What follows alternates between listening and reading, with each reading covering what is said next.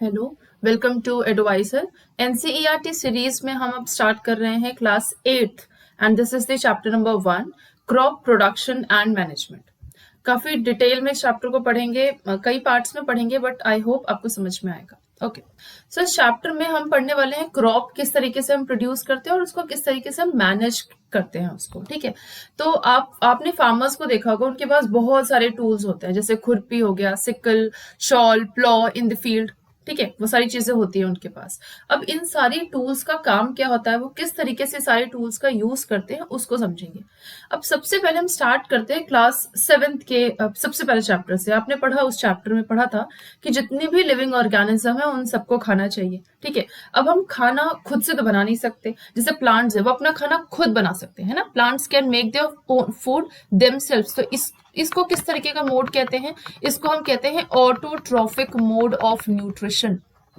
Autotrophic mode of nutrition यानी कि वो अपना खाना खुद बना पा रहे हैं। लेकिन हम जो ह्यूमंस होते हैं या जो एनिमल्स होते हैं वो अपना खाना खुद नहीं बना पाते, तो हम क्या होते हैं? हम होते हैं हेट्रोट्रॉफिक मोड ऑफ न्यूट्रिशन। क्योंकि हम खुद नहीं बना पा रहे, तो हम डिपेंडेंट हैं प्लांट्स पे फॉर द न्यूट्रिशन, हम डिपेंडेंट है एनिमल्स पे फॉर द न्यूट्रिशन। ठीक है, अब हमको पता है कि जो ग्रीन प्लांट्स होते हैं वो सिंथेसाइज करते हैं अपना खाना खुद बनाते हैं। किस प्रोसेस से बनाते हैं? वो बनाते हैं फोटोसिंथेसिस के जरिए। फोटोसिंथेसिस के जरिए अपना खाना खुद बना रहे हैं। So where do animals get their food from? Animals को अपना खाना कहाँ से मिलता है? एनिमल्स को अपना खाना प्लांट से मिलता है। इवन एनिमल्स को अपना खाना एनिमल से भी मिलता है। आपने आगे जाके पढ़ा है ये इसमें भी कि कुछ हर्बीवोर्स होते हैं और कुछ कार्निवोर्स होते हैं। हर्बीवोर्स वो होते हैं जो प्लांट्स को खाते हैं डायरेक्टली, वो प्लांट्स पे डिपेंडेंट होते हैं। और जो कार्निवोर्स होते हैं वो एनिमल्स को खाते हैं, यानी कि वो एनिमल्स पे डिपेंडेंट होते हैं। इसी में आप बड़ी क्लासेस में पढ़ोगे एक ओमनीवोर्स भी होता है। ओमनीवोर्स का एग्जांपल है ह्यूमन, जो कि प्लांट्स भी खाते हैं और जो कि एनिमल्स भी खाते हैं। ठीक है, इसको आप जानते हो वेजिटेरियन और नॉन वेजिटेरियन के बारे में। But first of all, why do we have to eat food? खाना खाना ही क्यों है? क्यों जरूरी है खाना? क्योंकि हमको ये भी पता है कि खाने से मिलती है एनर्जी। एनर्जी जो है वो किसमें होती है? कार्बोहाइड्रेट में, प्रोटीन्स में, फैट्स में, विटामिन में, मिनरल्स में। ये सारी चीजें हमको खाने से मिलती है। और ये सारी चीजों का यानी कि एनर्जी जो है वो डायरेक्टली रोल प्ले करती है किसमें? हमारे बॉडी के बहुत सारे फंक्शंस को कैरी आउट करने में। जैसे फॉर एग्जांपल डाइजेशन हो गया, रेस्पिरेशन हो गया या एक्सक्रीशन हो गया, इवन रिप्रोडक्शन, इन सारी चीजों में हेल्प करती है। So we get our food from plants as well as from animals. ठीक है, दोनों से मिलता है। अब आपको ये बात बताइए, जैसे नॉर्मली हम गार्डनर्स या इन सबको देखते हैं तो वो मतलब खाना नहीं बना रहे होते, वो कल्टीवेशन कर रहे होते हैं।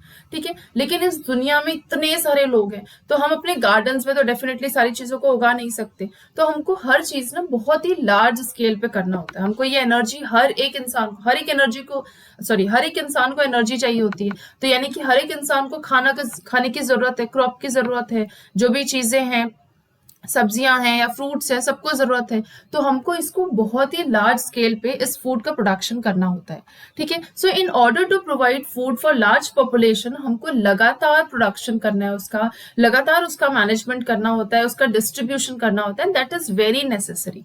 ठीक है, ये सारी चीजें हमें करनी है। तो ये सारी चीजें हमें, मतलब हम फार्मर्स जो हमारे हैं, जो हमें हमारे अन्नदाता हैं, वो हमें हमारे लिए सब काम करते हैं।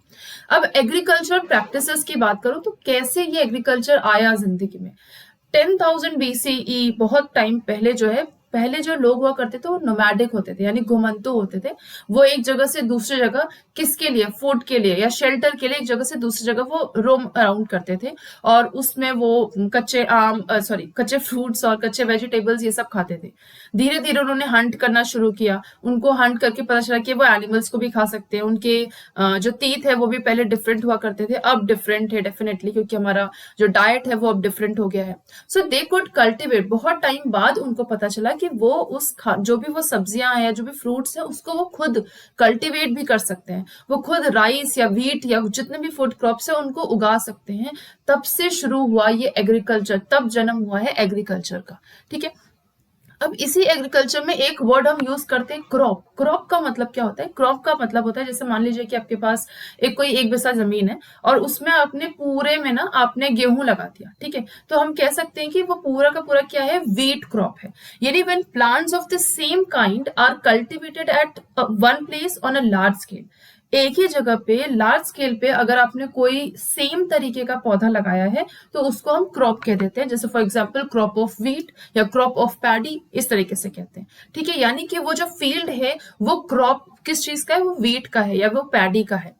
अब इस तरीके से हमको समझ में आ रहा है कि जो क्रॉप्स होते हैं वो बहुत सारे डिफरेंट टाइप्स के होते हैं, बहुत सारे डिफरेंट टाइप के सीरियल्स होते हैं, वेजिटेबल्स होते हैं, फ्रूट्स होते हैं, और उसके बेसिस पे वो किस जगह पे पाए जा रहे हैं, वो किस सीजन में पाए जा रहे हैं, डिपेंडिंग ऑन दैट हमने उसको क्लासिफाई किया है on the basis off season. आपने सुना होगा कि खरीफ क्रॉप होता है, राबी क्रॉप होता है, जायद क्रॉप होता है, ये सब। ठीक है, तो हमने उसको सीजन के बेसिस पे क्लासिफाई किया है। So India is a very vast country, और यहाँ पे हर जगह का, हर स्टेट का आपको लगभग जो क्लाइमेटिक कंडीशंस होते हैं वो आपको डिफरेंट समझ में आएंगे। टेम्परेचर डिफरेंट होता है, ह्यूमिडिटी डिफरेंट होता है, रेनफॉल डिफरेंट होता है from one region to the other region. ठीक है, जो ये तीनों चीजें हैं, ये कंडीशंस जो हैं वो हर जगह पे वेरी करते हैं। आप एक छोटा सा एग्जांपल ले लीजिए, जैसे महाराष्ट्र हो गया या केरला हो गया या जम्मू हो गया, आपको काफी ज्यादा वाइड वेराइटी ऑफ ये जो क्लाइमेटिक कंडीशंस होंगे वो मिल जाएंगे, वाइड वेराइटी ऑफ फ्रूट्स मिल जाएंगे, वेजिटेबल्स मिल जाएंगे, सब कुछ डिफरेंट होता है। ठीक है, तो अब हमने जो ये बेसिस किया, ये जो डाइवर्सिटी, जो हमने क्रॉप के पैटर्न्स को जो हमने आइडेंटिफाई किया है on the basis off season, उसको हम लोग पढ़ते हैं। सबसे पहला है खरीफ क्रॉप। खरीफ क्रॉप वो क्रॉप्स होते हैं जो रेनी सीजन में ग्रो होते हैं। अब हमारा रेनी सीजन कब होता है? जून से सितंबर। जून से कब तक? सितंबर। अब जून से सितंबर जो है वो हमारा रेनी सीजन है, तो इस टाइम पे हम ऐसे प्लांट्स को ग्रो करेंगे जिसको पानी की बहुत ज्यादा जरूरत है, जैसे फॉर एग्जांपल पैडी हो गया, मेज हो गया, सोयाबीन हो गया, ग्राउंड नट, कॉटन, ये सारे एग्जांपल्स किसके हैं? खरीफ क्रॉप्स के हैं। ठीक है, पैडी, मेज, सोयाबीन, ग्राउंड नट यानी कि आपका मूंगफली और कॉटन, ये सारे आपके खरीफ क्रॉप्स हैं, इनको पानी की जरूरत होती है। तो डेफिनेटली, जैसे फॉर एग्जांपल हम पैडी का एग्जांपल ले लें, तो पैडी रेनी सीजन में ही क्यों ग्रो करता है? क्योंकि आपने जब धान की खेती देखो तो आप देखोगे कि वहां पे बहुत ज्यादा पानी वो लोग डाले होते हैं। ठीक है, या तो उन्होंने, अब आप पानी जो है उसको डाल दीजिए, या फिर आप उसको ऐसे सीजन में ही ग्रो कराइए जब पानी बहुत ज्यादा हो, जैसे रेनी सीजन है। तो इसलिए इस रीजन की वजह से ये जितने भी क्रॉप्स हैं, खरीफ क्रॉप्स, वो आपको रेनी सीजन में ग्रो करते हुए मिल जाएंगे। बेहतर वैरायटी होगी, बहुत अच्छी उपज होती है इसी सीजन में, लगा आप कभी भी सकते हो। नेक्स्ट आपका है राबी क्रॉप। राबी क्रॉप जो है, these crops grown in the winter season, ये ठंडियों के समय पे होते हैं। सितंबर के बाद क्या आता है? अक्टूबर। ठीक है, तो अक्टूबर से मार्च, यानी अक्टूबर, नवंबर, दिसंबर, जनवरी, फेब और मार्च, ठीक है, इनके बीच में ये मार्च तक क्या ग्रो होता है? मार्च तक क्रॉप ग्रो होता है आपका, मार्च तक ग्रो होता है आपका राबी क्रॉप। ठीक है, खरीफ क्रॉप ग्रो होता है आपका जून से सितंबर के बीच में। ठीक है, खरीफ क्रॉप। ठीक है, अब राबी क्रॉप कब से है? अक्टूबर से मार्च के टाइम पे, जहां पे आपको बहुत ज्यादा धूप की बहुत जरूरत नहीं है, बहुत ज्यादा पानी की भी बहुत जरूरत नहीं है। ठीक है, जैसे for example wheat, gram, P, mustard and linseed. अब इसका मतलब है बिल्कुल भी नहीं कि आप इसमें पानी नहीं डालोगे तो भी चल जाएगा, ऑब्वियसली पानी चाहिए, बट जितना इसमें चाहिए होता है खरीफ क्रॉप्स में उतना नहीं चाहिए होता है राबी क्रॉप्स में। ठीक है, तो ये ग्रो होते हैं कब? विंटर सीजन में, या इसको हम विंटर क्रॉप्स भी कहते हैं। अब देखिए, मार्च से जून के बीच में, यानी कि मार्च के बाद आता है अप्रैल, मई और जून। इन तीन के बीच में, यानी कि इन तीन महीनों में कौन से क्रॉप्स होते हैं, जो कि आपके बुक में लिखा नहीं है, इन 3 महीनों में होते हैं जायद क्रॉप्स। कौन से क्रॉप्स होते हैं? जायद क्रॉप्स। जायद क्रॉप्स के एग्जाम्पल क्या हैं? वाटरमेलन, मस्क मेलन, कुकम्बर, ये सारे जितने भी फ्रूट्स सुन रहे हो ना, इसमें पानी की मात्रा बहुत ज्यादा होती है। और आपको पता है कि अप्रैल, मई, जून इसमें बहुत ही घनघोर गर्मी पड़ती है, तो आपको उस टाइम पे ऐसे फ्रूट्स खाने चाहिए जिसमें पानी की मात्रा ज्यादा है, ताकि बॉडी में वो जो डिहाइड्रेशन हो जाता है कभी कभी, वो मेंटेन हो, वो लेवल मेंटेन हो जाए। ठीक है, तो इसलिए हमको बोलते हैं कि सीजनल फ्रूट खाना चाहिए। तो जायद क्रॉप में देखो, जैसा सीजन है उस हिसाब से हमको क्रॉप्स भी मिल रहे होते हैं। तो 3 टाइप के आपके क्रॉप्स होते हैं, खरीफ क्रॉप होता है, राबी क्रॉप होता है, जायद क्रॉप होता है। जायद क्रॉप को आप समर क्रॉप्स भी कहते हो।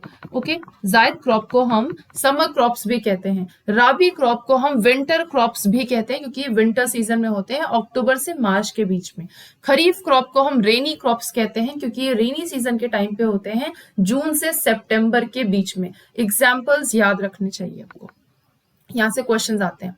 नेक्स्ट बात आती है basic practices of crop production. अब हमको कोई भी चीज लगाना, चाहे हम खरीफ क्रॉप लगाएं, चाहे हम जायद क्रॉप लगाएं, या फिर हम राबी क्रॉप्स लगाएं, उन क्रॉप्स को लगाने के पहले बहुत सारी प्रिपरेशंस होंगी। आप उसको मिट्टी में लगाओगे तो डेफिनेटली वो मिट्टी जो है वो अच्छी होनी चाहिए, बहुत एसिडिक मिट्टी या बहुत एल्कलाइन मिट्टी नहीं होनी चाहिए। इसके बारे में हमने क्लास 7th में जो हमने चैप्टर नंबर 4 पढ़ा था, एसिड बेसिस एंड सॉल्ट्स, उसमें पढ़ा था कि अगर मान लीजिए मिट्टी बहुत एसिडिक है तो हम क्या करेंगे, उसमें हम कोई चीज बेसिक ऐड कर देंगे, जैसे क्विक लाइम हमने या स्लेक लाइम हमने ऐड कर दिया तो बेसिक न्यूट्रलाइज हो गया वो। या फिर अगर मिट्टी बहुत एल्कलाइन है तो हम कुछ उसमें एसिडिक मिला दें, जैसे हम ऑर्गेनिक वेस्ट मिला देंगे उसमें, तो फिर या कंपोस्ट का जो भी चीज मिला देंगे तो वो एसिडिक मटेरियल होता है तो वो फिर से न्यूट्रलाइज कर देगा। यानी कि हमें कैसी मिट्टी चाहिए, हमें चाहिए न्यूट्रलाइज मिट्टी, ठीक है, पहली बात। दूसरी बात, हमें जो सॉइल चाहिए ना वो लूजन अप सॉइल चाहिए, यानी कि बहुत लूज होना चाहिए सॉइल, ताकि जब उसमें हम कोई भी क्रॉप को लगाएं तो उसके जो रूट्स होते हैं वो नीचे की तरफ जाए बेहतर तरीके से, सारे के सारे मिट्टी में बहुत अच्छा न्यूट्रिएंट भी होना चाहिए और वो सारे न्यूट्रिएंट्स को वो एब्जॉर्व भी करे, ठीक है, नीचे जाके रूट ब्रीथ भी कर पाए। तो इसलिए हमें मिट्टी भी बहुत लूज चाहिए। लूज मिट्टी के लिए हम बहुत डिफरेंट तरीके के टूल्स का यूज करते हैं मिट्टी को लूजन अप करने के लिए, ठीक है। सॉइल में बेहतर अमाउंट में न्यूट्रिएंट्स भी होने चाहिए ताकि हमारा प्लांट जो है वो बेहतर ग्रो करे। तो इस तरीके से बहुत सारे हम प्रैक्टिसेस करते हैं जिसके थ्रू क्रॉप का प्रोडक्शन लार्ज स्केल पे आसानी से हो जाए। So cultivation of crops involves several activities undertaken by farmers over a period of time. You may find that these activities are similar to those carried out by the gardener or even by you when you grow ornamental plants in your house. Obviously, हम जो घर में जो काम कर रहे हैं, कोई भी एक पौधा जब आप लगाते हो तो पहले आप कोशिश करते हो मिट्टी को अच्छे से आप लूज कर दो, फिर उसमें से आप हल्का सा उसमें गड्ढा करते हो अपने जो भी प्लांट को। अगर मान लीजिए प्लांट है आपके पास, जैसे आप पुदीना लगा रहे हो तो उसको रूट सहित आप उसको लगाते हो, फिर उसको ढक देते हो, फिर उसमें पानी देते हो। तो ये जो आप तरीका कर रहे हो सेम यही तरीका है, लेकिन लार्ज स्केल पे करना है तो डेफिनेटली बहुत बड़े अमाउंट में आपको हर चीज चाहिए होगी, बड़े बड़े टूल्स चाहिए होंगे, बड़ा एरिया चाहिए होगा, बहुत ज्यादा अमाउंट में न्यूट्रिएंट्स, मैन्योर्स, फर्टिलाइजर्स, वीडीसाइड्स, ये सब चाहिए होंगे, ठीक है। सो दीज एक्टिविटीज और task are referred to as agricultural practices. तो इसको हम क्या कहते हैं, एग्रीकल्चरल प्रैक्टिसेस, जिसमें बहुत सारी चीजें आती हैं। सबसे पहला है प्रिपरेशन ऑफ सॉइल। पहले हमको सॉइल को प्रिपेयर करना होता है। अच्छा न्यूट्रिएंट चाहिए सॉइल में, सॉइल लूज होना चाहिए, ठीक है, सॉइल में जो रूट्स जाएं वो ब्रीथ कर पाए, ऐसा हमको सॉइल चाहिए। दूसरा है सोइंग। सोइंग में हम क्या करते हैं, जो आपको बीज लगाना है वो बीज हमको अच्छे होने चाहिए, बीज हेल्दी होने चाहिए, ठीक है, बीज किसी भी तरीके से डैमेज नहीं होने चाहिए, ऐसे बीज हमको चाहिए। फिर अगर मान लीजिए सॉइल में न्यूट्रिएंट्स नहीं है या बेहतर नहीं है तो आप उसमें मैन्योर्स या फर्टिलाइजर्स को ऐड करो ताकि आपके प्लांट्स अच्छे ग्रो कर पाए। फिर आप उसमें पानी देने का काम करते हो, इरिगेशन का काम। देन उसमें बहुत सारे वीड्स ग्रो कर जाते हैं तो उन वीड्स को हम मैनुअली हटाते हैं या फिर किसी ना किसी वीडीसाइड के जरिए हटाते हैं, ठीक है। तो प्रोटेक्टिंग फ्रॉम वीड्स, अब देखो आप मान लीजिए गार्डन में कोई चीज लगा रहे हो तो वहां पे वीड्स हल्के फुल्के हो गए तो आप उसको मैनुअली हटा सकते हो। लेकिन अगर 10 बीघा जमीन में मान लीजिए कोई क्रॉप का प्रोडक्शन हो रहा है तो वहां पे हम मैनुअली वीड्स को नहीं हटा पाते, तो वहां पे फार्मर्स जो है वो वीडीसाइड यूज कर लेते हैं या कुछ ना कुछ चीजें यूज करते हैं जिसके थ्रू वीड्स को वो हटा पाए, ठीक है। कई जगह पे मैनुअली भी करते हैं जहां पे उतना बेहतर पैसे ये सब नहीं रहते हैं। नेक्स्ट है हार्वेस्टिंग। अब आपने जो भी चीज लगाया, वीट लगाया या आपने पैडी लगाया, तो आपको जो चीज हार्वेस्ट करनी है उसमें से इसके सीड्स जो हार्वेस्ट करने उसको आप हार्वेस्ट करते हो। हार्वेस्ट करने के बाद बहुत इंपॉर्टेंट होता है उसको स्टोर करना। अब उसको अगर अपने सारा काम बहुत अच्छे से किया लेकिन स्टोरेज अच्छा नहीं है, वहां पे बहुत ह्यूमिडिटी है, आपके सारे बीज जो है वो उसका सारा न्यूट्रिएंट खराब हो जाएगा, या फिर मान लीजिए वहां चूहे बहुत हैं तो वो सारा उसको खा जाएंगे, तो जितना आपका लगा है उसमें मुनाफा जो आपको होना चाहिए वो सब नहीं होगा। फार्मर की बात कर रही हूँ। तो यहाँ पे ये सारी चीजें, हर एक स्टेप इज वेरी इंपॉर्टेंट, और इन सारे स्टेप्स को हम एक साथ क्या कहते हैं, एग्रीकल्चरल प्रैक्टिसेस, ठीक है। अब आज हम इन दो के बारे में पढ़ेंगे, preparation of soil and sowing. सबसे पहली बात आती है प्रिपरेशन ऑफ सॉइल। सॉइल को कैसे प्रिपेयर करते हैं? तो कोई भी क्रॉप को लगाने से पहले हमने सॉइल को प्रिपेयर करना है। प्रिपेयर कैसे करना है? उस सॉइल को लूज करना होता है, ठीक है। अब लूज करने से क्या होगा, जो रूट्स उसमें बाद में निकलेंगे फ्यूचर में, वो बहुत अच्छे से डीपर में, मतलब बहुत नीचे जो है वो पेनिट्रेट कर पाए, क्योंकि जितना पेनिट्रेट कर पाएंगे उतना सॉइल को, सॉरी, उतना वाटर को, उतने मिनरल्स को वो एब्जॉर्व कर पाएंगे और उतना जाइलम के थ्रू अगेन वो ऊपर की तरफ भेज पाएंगे, तो उतने अच्छे से एब्सॉर्प्शन होगा। तो loose soil allow the roots to breathe easily, आसानी से उसमें सांस ले पाते हैं। ऑक्सीजन और कार्बन डाइऑक्साइड, इनका एक्सचेंज होना बहुत जरूरी है। एक्सचेंज ऑफ गैसेस बहुत ज्यादा जरूरी है, चाहे वो रूट्स हो, चाहे वो लीव्स हो, चाहे वो ह्यूमंस हो। Everyone need to breathe, ठीक है। तो वो रूट्स को भी ब्रीदिंग के लिए सॉइल को लूज होना बहुत जरूरी है। लूज होगा तो आराम से वो जो खुले हुए मिट्टी जो पोर्स होते हैं उसके थ्रू आराम से एयर जो है नीचे जा पाएगा, नीचे से एयर ऊपर जा पाएगा, तो अंदर रूट्स सड़ेंगे नहीं। अगर आपने एकदम टाइट कर दिया, उसको पैक कर दिया, तो रूट्स अंदर जब वो ब्रीथ नहीं कर पाते तो अंदर ही अंदर वो सड़ जाते हैं, ठीक है। और आपको लगता है बाद में कि हमारा पौधा जो है नुकसान हो गया, इसी वजह से नुकसान होता है क्योंकि सॉइल लूजन अप नहीं होता। Why does the loosening of soil allow the root to breathe easily? इसी का आंसर भी मैंने बताया है। The loosened soil helps in the growth of earthworm। हाँ, ये भी चीज इंपॉर्टेंट है कि जब सॉइल लूज रहेगा ना तो उसमें अर्थवर्म्स भी आएंगे, माइक्रोब्स भी उतने अच्छे से ग्रो करेंगे, क्योंकि डेफिनेटली अर्थवर्म्स या माइक्रोब्स, आपको पता है कि जो अर्थवर्म्स है वो अपने स्किन के जरिए रेस्पायर कर पाते हैं, और स्किन के जरिए रेस्पायर करेंगे, मिट्टी में रहते हैं, और अगर मिट्टी लूजन अप ही नहीं है तो अंदर कैसे रेस्पायर करेंगे? तो फिर अर्थवर्म ऊपर घूमेंगे। तो अगर वो लूजन अप सॉइल रहेगा तो वो आराम से अंदर जाएंगे, बाहर जाएंगे और आराम से मिट्टी को और अच्छे से, अर्थवर्म बेसिकली ये जो है ये फार्मर्स फ्रेंड होते हैं, वो सॉइल को लूजन अप करने में हेल्प करते हैं। माइक्रोब्स जो है अंदर जितनी भी न्यूट्रिएंट्स है उसको बनाने में हेल्प करते हैं, डिकम्पोज करते हैं जो भी अगर कोई बायोडिग्रेडेबल वेस्ट है वहां पे। तो so these organism are friends of the farmers, and since they further turn and loosen the soil and add humus to it, तो ये डिकम्पोज करेंगे तो उससे क्या होगा, ह्यूमस होगा। एंड सॉइल प्रोफाइल में आपने पढ़ा था कि जो टॉप सॉइल होता है इसमें ह्यूमस होता है। तो जब आप सॉइल को लूजन अप करते हो ना, जब आप उसको कई सारे टूल्स के जरिए ऊपर नीचे करते हो मिट्टी को, तो इसमें जो ह्यूमस है जो टॉप सॉइल में है, वो जो नीचे है वो ऊपर की तरफ आ जाता है, और प्लांट्स को उन ह्यूमस की जरूरत होती है, उस मॉइस्चर की जरूरत होती है। तो इससे पूरे मिट्टी में ना अच्छे से ह्यूमस मिक्स हो जाता है और आपके प्लांट्स बहुत अच्छे ग्रो होते हैं।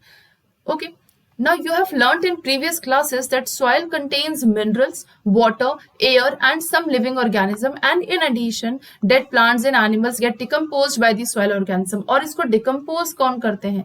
Microorganisms decompose करते हैं। So in this way various nutrients in the dead organisms are released back into the soil। वो decompose करेंगे, जो भी चीज, मान लीजिए कोई भी वेस्ट है, मान लीजिए आप किचन का कोई वेस्ट आपने मिट्टी में ऐसे डाल दिया, वो जो माइक्रो ऑर्गेनिजम्स है वहां उसको डिकम्पोज करेंगे, धीरे धीरे वो न्यूट्रिएंट बनेगा, और उसके जो न्यूट्रिएंट्स, उस वेस्ट के जो न्यूट्रिएंट्स हैं उसको प्लांट्स ले लेंगे, तो इस तरीके से उसके न्यूट्रिएंट्स वापस से रिलीज बैक हो गए इनटू द सॉइल, तो बेहतर काम हुआ। So these nutrients are again absorbed by the plants। So since only a few centimeters of the topsoil of soil supports plant growth, turning and loosening of the soil brings the nutrient rich soil to the top। यही मैंने अभी आपको बताया कि जो नीचे होगा nutrient rich soil वो ऊपर आ जाएगा, और प्लांट्स आपको पता है टॉप सॉइल में ही ग्रो करते हैं, ठीक है, तो वो इन न्यूट्रिएंट्स को यूज कर पाते हैं। सो दस turning and loosening of the soil ये बहुत ज्यादा इंपॉर्टेंट होता है क्रॉप्स के कल्टीवेशन के लिए। ओके, अब मैंने कहा कि सॉइल को लूज करना, यानी कि सॉइल को लूज करना मतलब ढीला करना एक तरीके से। तो ये जो आप ढीला कर रहे हो सॉइल को, या फिर सॉइल के पार्टिकल्स जो अलग अलग कर रहे हो, टर्निंग कर रहे हो सॉइल की, तो इसको हम एक टूल के जरिए करते हैं जिसको हम लोग टिलिंग या फिर प्लॉइंग कहते हैं। क्या कहते हैं? टिलिंग या फिर प्लॉइंग। और ये होता है by the use of plough, ठीक है। अब ये प्लॉ क्या होता है? It is made of would या आयरन, ये वुड या आयरन का बना होता है, ये आपका प्लॉ है, ठीक है। ये हम लोग जो बफेलोज होते हैं उनमें भी इस तरीके से लगा देते हैं। जो इसका लकड़ी है, इधर से एक बड़ी सी बीम जैसी होती है लकड़ी, उसको हमने लगा दिया, यहाँ पे इनके नेक पे रख दिया है, और ये नीचे की तरफ यहाँ पे देखिए खुदाई होती जा रही है, ठीक है, इसको हम खुदाई भी कहते हैं हिंदी में। तो ये जो है ये प्लॉइंग होती जा रही है, तो इस तरीके से प्लॉ कर रहे हैं। ये ट्रेडिशनल मेथड है, पहले इस तरीके से होता था, अब तो कल्टीवेटर का यूज करने लगे। ये वाला हिस्सा है, ये आपका आयरन का है, जो नीचे से आराम से मिट्टी को जो है लूजन अप करता रहता है, बाकी सब जो है वुड का बना हुआ है, ठीक है, यही यहाँ पे बताया है कि ploughs are made of wood और iron if the soil is very dry. अगर बहुत बहुत ही ज्यादा ड्राई है तो डेफिनेटली पहले आप उसको पानी दोगे ताकि वो हल्की सी ढीली हो जाए, और उसके बाद आप उस फील्ड को प्लॉ करते हो। एंड उसमें जो बड़े बड़े मिट्टी के जो क्लम्स होते हैं ना, उसको हम क्रम्ब कहते हैं। इन क्रम्स को तोड़ना भी बहुत जरूरी होता है, फिर उस फील्ड को लेवल करना बहुत जरूरी होता है। तो लेवल करने के लिए हम लेवलर का यूज करते हैं, जो मिट्टी को एक बराबर कर देता है। अब जब बराबर कर देगा तो उससे क्या होगा, ऊपर नीचे नहीं होगा। तो जब हम इरिगेशन करेंगे, जब पानी डालेंगे, तो पानी किसी एक जगह इकट्ठा नहीं होगा, पूरे में बहुत अच्छे से जो है पानी फैल जाएगा, पूरे हर पौधे तक पहुंचेगा। कई बार जो है मिट्टी अगर बहुत ही ज्यादा ड्राई होती है तो उसमें हमको पहले ही मेन्योर्स का ऐड भी करना पड़ जाता है। नॉर्मली हम लोग मेन्योर्स का ऐड सोइंग के बाद करते हैं, बट कई बार मेन्योर्स पहले भी ऐड कर दिया जाता है बिफोर टिलिंग, और इसी लूजनिंग के टाइम पे, लूजनिंग करते हुए टाइम पे ये मेन्योर्स भी सॉइल में अच्छे से मिक्स हो जाते हैं, और सोइंग में ये बहुत अच्छा मॉइस्चर प्रोवाइड करते हैं। ठीक है, अब एग्रीकल्चरल इम्प्लीमेंट्स, यानी कि जब आपको सीड को लगाना है उससे पहले ये सॉइल के जितने भी क्लम्स होते हैं, उनको हमको क्रम्स होते हैं जो, उनको हमें तोड़ने से अच्छा जरूरी है कि, क्योंकि उससे क्या होगा, जो भी आप बीज लगा रहे हो ना, उसकी यील्डिंग बहुत बेहतर होती है। तो हम बहुत सारे टूल्स का यूज करते हैं उस मिट्टी को तोड़ने के लिए। ठीक है, मतलब उस ड्राई मिट्टी को गीली मिट्टी में कन्वर्ट करने के लिए कौन से टूल्स हैं? प्लॉ है, हो है और कल्टीवेटर है। प्लॉ क्या होता है? अभी जस्ट मैंने आपको बताया, plough is being used since ancient time for tilling the soil, adding fertilisers to the crop, removing the weeds and turning the soil. ये इसका काम है, ये इसका फंक्शन है। प्लॉ के थ्रू, पहली बात, ये एंशिएंट टाइम पे अब बहुत कम प्लॉइंग होती है, बट ये एंशिएंट टाइम का है, ट्रेडिशनल मेथड है। इसके थ्रू आप सॉइल की टिलिंग करते हो, लूजन अप करते हो, उसमें आप फर्टिलाइजर्स भी ऐड कर देते हो इसी के साथ साथ। कई बार इसी के जरिए जो है हम वीड्स, जैसे पहले जब हम सॉइल की प्रिपरेशन कर रहे होते हैं तो उसमें वीड्स ग्रो हुए रहते हैं, तो उस वीड्स को भी हम जब लूज करेंगे तो वो वीड्स भी उसमें से निकल जाएंगे, ठीक है, उखड़ जाएंगे, फिर उसको हम लोग मैनुअली हटा सकते हैं। और सॉइल की टर्निंग अप एंड डाउन वो सब करते हैं। तो ये कैसे होता है? This is made by the wood is drawn by a pair of bulls और another animals like horses and camels. It contains a strong triangular iron strip called ploughshare. यहाँ पे देखिए, यहाँ पे है, ये जो इसका ऊपर वाला हिस्सा है, ये जो एस शेप में है, इसको क्या कहते हैं? इसको हम कहते हैं प्लोशेयर। ठीक है, और उसके बाद ये जो है, ये जो बड़ी सी लकड़ी है, इसको हम कहते हैं प्लोशाफ्ट। और ये बीम है जो इन बफेलोस के ऊपर टिकाया हुआ है, जिससे इसको हम बीम कहते हैं। ये अलग से जोड़ा जाता है, यहाँ पे आपको दिख रहा होगा, ये रस्सी से जोड़ा गया है इसको। ठीक है, चलिए आगे देखते हैं कि यहाँ पे आपको समझ में आया प्लो शेयर क्या है और प्लो शाफ्ट क्या है। The main part of the plough is a long log of wood which is called plow shaft. There is a handle at one hand of the shaft. The other hand is attached to the beam which is placed on the bull's neck. One pair of the bulls and man can easily operate the plow. इस तरीके से ploughing होती है। The indigenous wooden plow is increasingly being replaced by iron plows nowadays. अब जो है iron applause का use करें, क्योंकि आयरन प्लॉज जो है बहुत लंबे टाइम तक रह जाते हैं, टूटते नहीं है, खराब नहीं होते, इसलिए उसका यूज कर रहे हैं। वुडन वाले जो है वो लगातार, वो क्योंकि उसमें कर रहे होते हैं तो कई बार सड़ जाते हैं या कई बार टूट जाते हैं, तो नुकसान हो जाता है, इसलिए। ठीक है, नेक्स्ट जो कल्टीवेटर है, नेक्स्ट जो टूल है, दैट इज हो। It is a simple tool which is used for removing weeds and loosening the soil. इसका दो काम है, पहला तो ये वीड्स को रिमूव करता है और दूसरा सॉइल को लूज करता है। कैसा दिखता है हो? ये है आपका हो। ठीक है, इसको हम हो कहते हैं। इसमें देखिए, इस तरीके से आपको एक बंदूक जैसा दिख रहा है, ये ऊपर की तरफ ग्रिप होता है, ये हैंडल होता है नीचे की तरफ, ये बीम है जिससे वो पकड़ लेते हैं, ये रॉड है और ये बेंट प्लेट है। ठीक है, ये आपका हो है। Okay, so it has a long rod of wood और आयरन। यहाँ पे आपको जो नीचे दिखिए वो आयरन का है। A strong broad a bent plate of the iron is fixed to one of its end. ये जो नीचे आपको दिख रहा है, ये लगा है, ये ब्लेड की तरीके से काम करता है, and it is pulled by the animals इसको पुल करते हैं। अब जो है वो कल्टीवेटर का यूज कर रहे हैं हम। Ploughing is done by the tractor driven cultivator, और ये कल्टीवेटर जो है वो हमारा लेबर, हमारा मेहनत और हमारा समय दोनों ही बचा लेता है। ठीक है, काफी कम समय में हो जाता है। नेक्स्ट बात आती है, अब हमने जो है अपनी मिट्टी को बहुत अच्छे से कर लिया, लूज कर दिया उसको, उसमें जो भी अगर मेन्योर्स की जरूरत है या फिर पानी की जरूरत है, सब कुछ डाल दिया। अब ये मिट्टी रेडी है कोई भी बीज को एक्सेप्ट करने के लिए। तो अब हमारा नेक्स्ट प्रोसेस होता है sowing, that is a important part of the crop production. लेकिन वो बीज लगाने से पहले जरूरी है कि वो जो बीज है ना वो गुड क्वालिटी के हो, क्लीन हो और हेल्दी सीड्स हो, ठीक है, गुड वेराइटी के सीड्स हो। ऐसे सीड्स को फार्मर सेलेक्ट करते हैं क्योंकि ऐसे जो वेराइटी के जो सीड्स होते हैं ना वो यील्डिंग भी उतनी ही अच्छी देते हैं।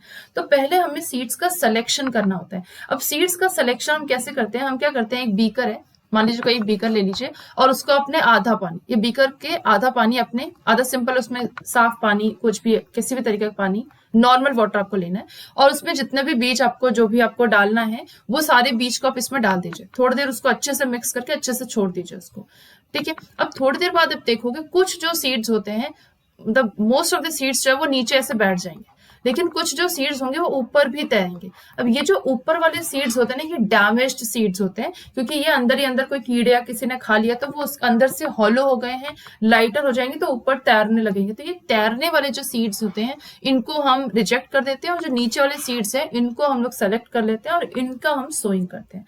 So this is a very good method और बहुत कन्वीनियंट मेथड होता है गुड हेल्दी सीड्स को सेपरेट करना फ्रॉम द डैमेज्ड वन, ठीक है।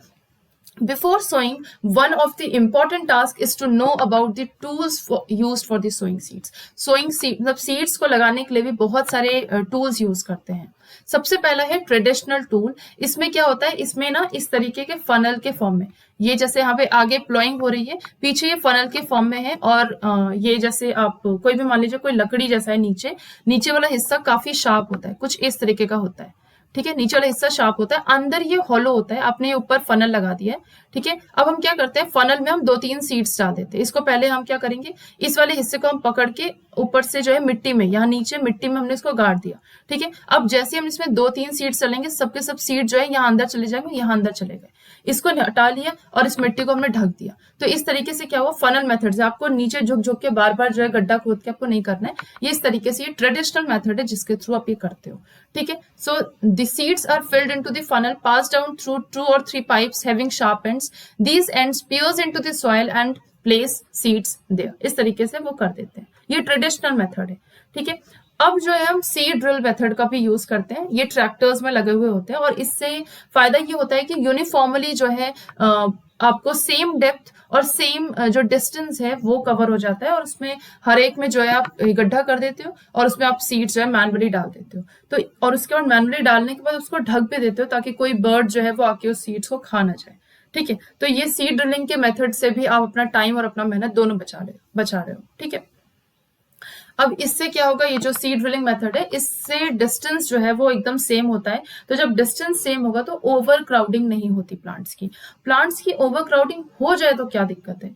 एक्चुअली क्या होता है, जब ओवर क्राउडिंग हो जाएगा तो हर प्लांट्स को सनलाइट, न्यूट्रिएंट्स, सब कुछ की जरूरत होती है। तो अगर बहुत ज्यादा एक ही जगह पे, मान लीजिए 1 piece ऑफ लैंड में अपने इतने छोटे जमीन पे 50 पौधे लगा दिए, ठीक है, इस तरीके से खूब सारे पौधे लगा दिए कहीं भी, ठीक है। अब इससे क्या होगा, जो ये मान लीजिए ये वाला पौधा और ये वाला पौधा एक ही बगल बगल में लगा है और ये वाला पौधा अलग लगा है, तो इस पौधे को इतना एरिया मिल गया न्यूट्रिएंट को लेने के लिए या फिर सनलाइट को एक्सेप्ट करने के लिए, ठीक है। लेकिन यहाँ पे जो तो एक साथ है, ये दोनों एक दूसरे से कंपटीशन करने लगेंगे, ठीक है। तो इससे क्या होगा, एक को न्यूट्रिएंट ज्यादा मिल जाएगा, एक को न्यूट्रिएंट कम मिल जाएगा, ठीक है। तो कुछ ऐसा होगा, तो इससे जिसको न्यूट्रिएंट कम मिला है वो वीकर प्लांट होगा, जिसको न्यूट्रिएंट ज्यादा मिला है वो आपका बेहतर प्लांट हो जाएगा, ठीक है। तो इसमें नुकसान हो जाता है हमारा, इसलिए ओवर क्राउडिंग नहीं करानी चाहिए। कई बार ओवर क्राउडिंग हो जाए तो हम उसको मैनुअली भी रिमूव कर सकते हैं, ठीक है। तो इसमें क्या होगा, ओवर क्राउडिंग की वजह से सफिशिएंट सनलाइट, न्यूट्रिएंट्स और वाटर जो है नहीं मिल पाता है और उससे बेहतर प्लांट्स नहीं ग्रो कर पाते हैं, ठीक है।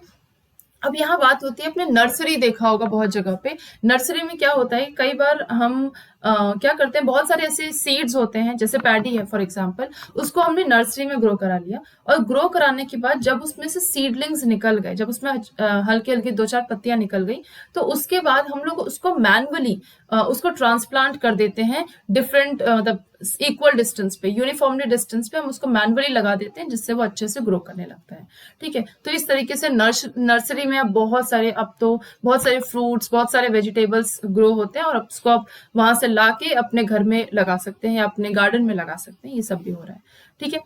सो विद दिस हमारा आज यहाँ पे इतना ही हम खत्म करते हैं। नेक्स्ट क्लास में हम लोग मैन्योर्स एंड फर्टिलाइजर्स और जो भी इस चैप्टर में बचे हो उसके बारे में समझेंगे। आई होप आपको यहाँ तक चीजें समझ में आई होंगी। Thank you.